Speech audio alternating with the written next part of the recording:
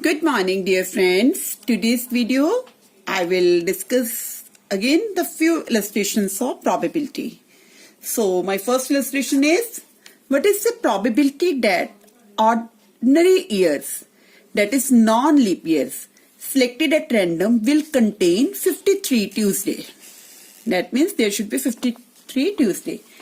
Now, the total number of days in a normal years are 365. Everyone know? That means 52 complete weeks. 52 complete weeks होते हैं क्योंकि 7 into 52 कितने हो गए 364 days हो गए. तो 1 डे जो है एक्स्ट्रा है क्या, क्योंकि 52 into 7 कितना हो गया 364 डेज. 1 day is extra. तो extra day can be Sunday, can be Monday, Tuesday, Wednesday, Thursday, Friday, Saturday. So the question is, it contains 53 Tuesday. So probability will be Tuesday की probability कितनी होगी? Tuesday is a favorable case. That means Tuesday is only 1. So 1. And total number of cases are 1, 2, 3, 4, 5, 6, 7. So 7. तो probability का formula क्या होता है? Favorable cases over total number of cases. So Tuesday की probability कितनी आ गई? 1/7. Similarly, if we want to find the probability of Friday, Saturday, similarly we can find out. Now the next illustration is, what is the chance of getting at least one defective item if 3 items are drawn randomly from a lot containing 10 items in which 2 are defective? तो that means lot में items total कितनी है 10 है, and out of which 2 are defective. इसका meaning 2 n item total है, 2 defective है, तो non defective item कितनी हो गई 8 हो गई. ना question, what is the question, what is the chance of getting at least 1 defective. At least 1 defective का मीनिंग है when ever there is at least means that means it will be more than this 1.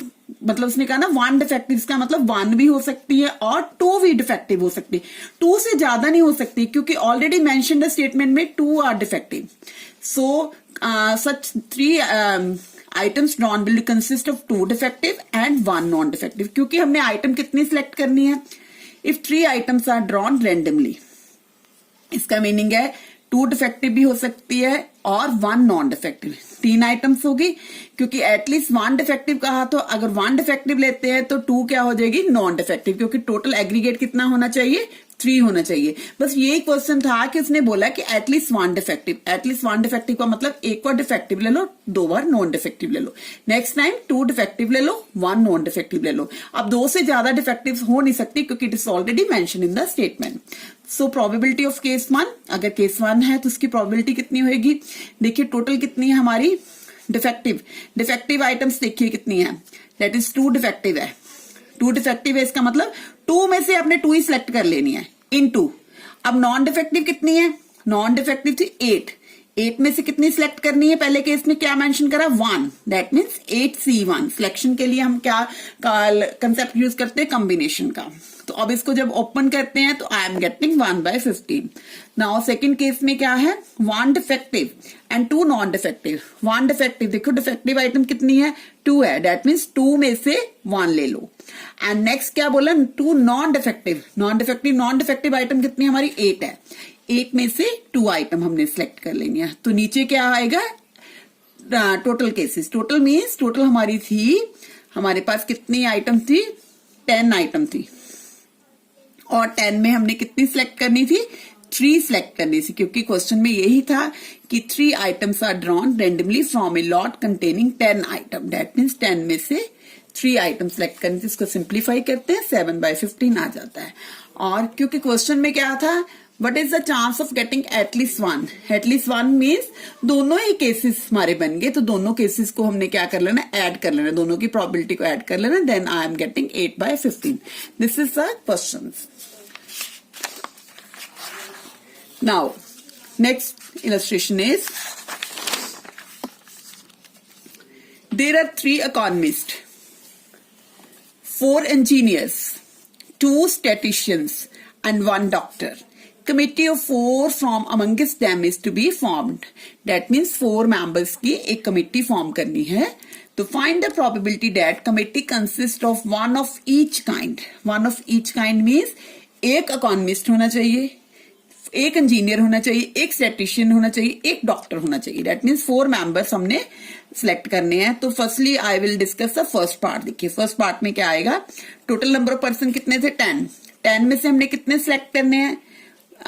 Committee of 4 from amongst them. That means 4 member select करने. इसका मतलब total कितना हो गया. 10 में से 4 सिलेक्ट कर लिए. अब सिलेक्ट किसमें से करने. उसने क्वेश्चन में यही कहा consist of one of each kind. Each kind means एक हमारा इकोनॉमिस्ट कितने हैं 3 है. 3 में से 1. नेक्स्ट इज इंजीनियर कितने 4 में से 1. 4 combination 4C1. The next is 2 statistician 2C1. Next is 1 doctor 1C1. Over total रख लेना. टोटल कितना 10C4. इसको सिंप्लीफाई करेंगे तो आई am getting here 4/35. Next question क्या है. Has at least 1 economist. अब देखिए उसने कहा कम से कम एक इकोनॉमिस्ट जरूर हो. 4 मेंबर सिलेक्ट करने हैं. 4 में से कम एक जरूर हो. जब भी एटलीस्ट वर्ड होता है दैट मीन्स हम क्या निकाल लेते हैं 1 - P. None of them is economist. तो नो इकोनॉमिस्ट की प्रोबेबिलिटी कैसे निकलेगी. टोटल कितने हो गए 10C4. अब अगर इकोनॉमिस्ट को हम साइड पर रख देते दैट मीन्स कोई भी इकोनॉमिस्ट नहीं होना चाहिए. तो इसका मतलब कितने मेंबर रह गए 4 + 2 कितने हो गए 6 6 + 1 कितने हो गए 7. 7 में से आपने 4 सिलेक्ट करने क्योंकि मेंबर तो हमने 4 ही सिलेक्ट करने हैं. बट कंडीशन क्या होगी no one is economist. No one is economist means economist को हमने माइनस कर दिया. क्योंकि जब भी एटलीस्ट वर्ड आता है एटलीस्ट के लिए बेटर वे यही होता है कि 1 - P. None of them economist. तो 7C4 over 10C4 को जब सॉल्व करते हैं आई एम गेटिंग 1/6. तो क्वेश्चन क्या था probability that at least 1 of the economist. उसके लिए फॉर्मूला क्या लिखा था हमने 1 - P. None of them is economist. That means 1 - none of them की प्रोबेबिलिटी कितनी आई है 1/6. तो इसको सिंप्लीफाई करा जब एलसीएम लिखे 5/6 I am getting. Now the third part is has the doctor as a member and the 3 others. मतलब उसने कहा डॉक्टर तो जरूर होना चाहिए. डॉक्टर के बारे में उसने डिस्क्राइब कर दिया. बट अदर 3 मेंबर्स के रिगार्डिंग कुछ नहीं बताया कि ही और शी कैन बी इकोनॉमिस्ट और इंजीनियर और statistician. It is not mentioned. Only regarding doctor is mentioned. So doctor कितने हैं हमारे पास 1 है. उसमें से एक हमने सिलेक्ट कर लिया 1C1. तो बाकी मेंबर तो 4 ही सिलेक्ट करने हैं.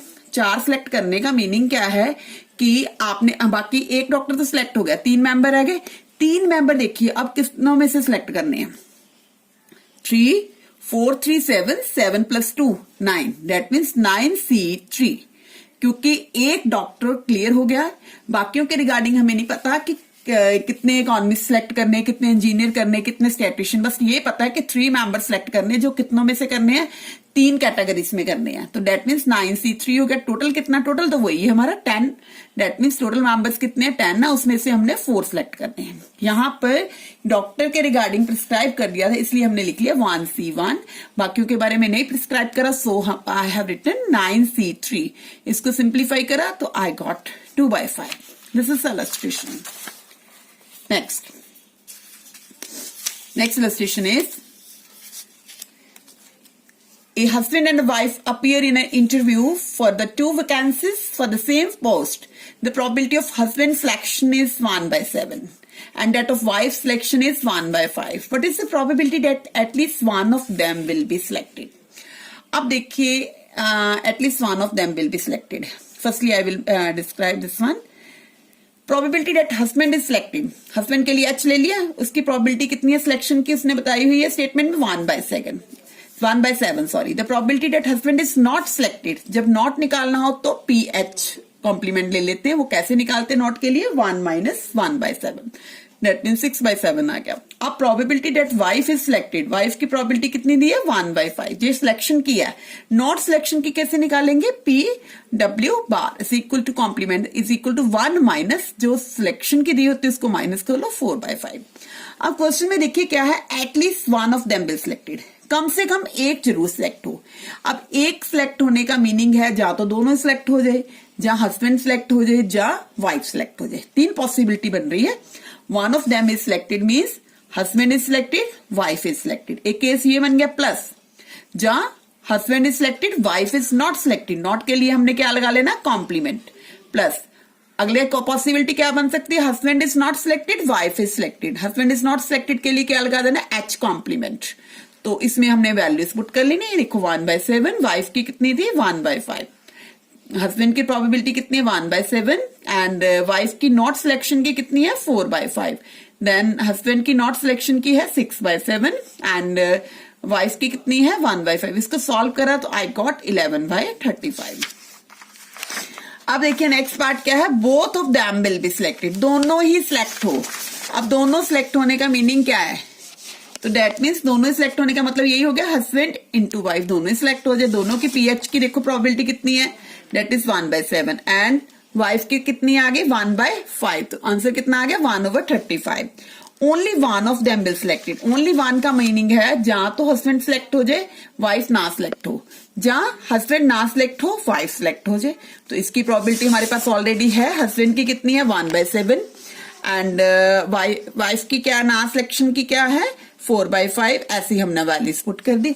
अब none of them will selected, none of them will selected means ना तो हस्बैंड सिलेक्ट हुए ना वाइफ सिलेक्ट हुए, that means H complement and W complement. H complement की वैल्यू कितनी है 6/7, W कॉम्प्लीमेंट की कितनी है 4/5, दोनों को मल्टीप्लाई करा, I got this answer. That means question में यही था कि पहले हमने हस्बैंड के सिलेक्शन की प्रोबेबिलिटी दी थी तो हमने नॉट सिलेक्शन के साथ ही निकाल ली, और ऐसे वाइफ के सिलेक्शन की प्रोबेबिलिटी दी थी हमने वाइफ की भी साथ ही निकाल ली कि अगर नहीं सिलेक्ट होती। क्वेश्चन में था at least one of them will be selected, at least का मीनिंग ये होता है कि जहां तो दोनों सिलेक्ट हो जाए जहां एक सिलेक्ट हो, तीन केसेस बन रहे थे।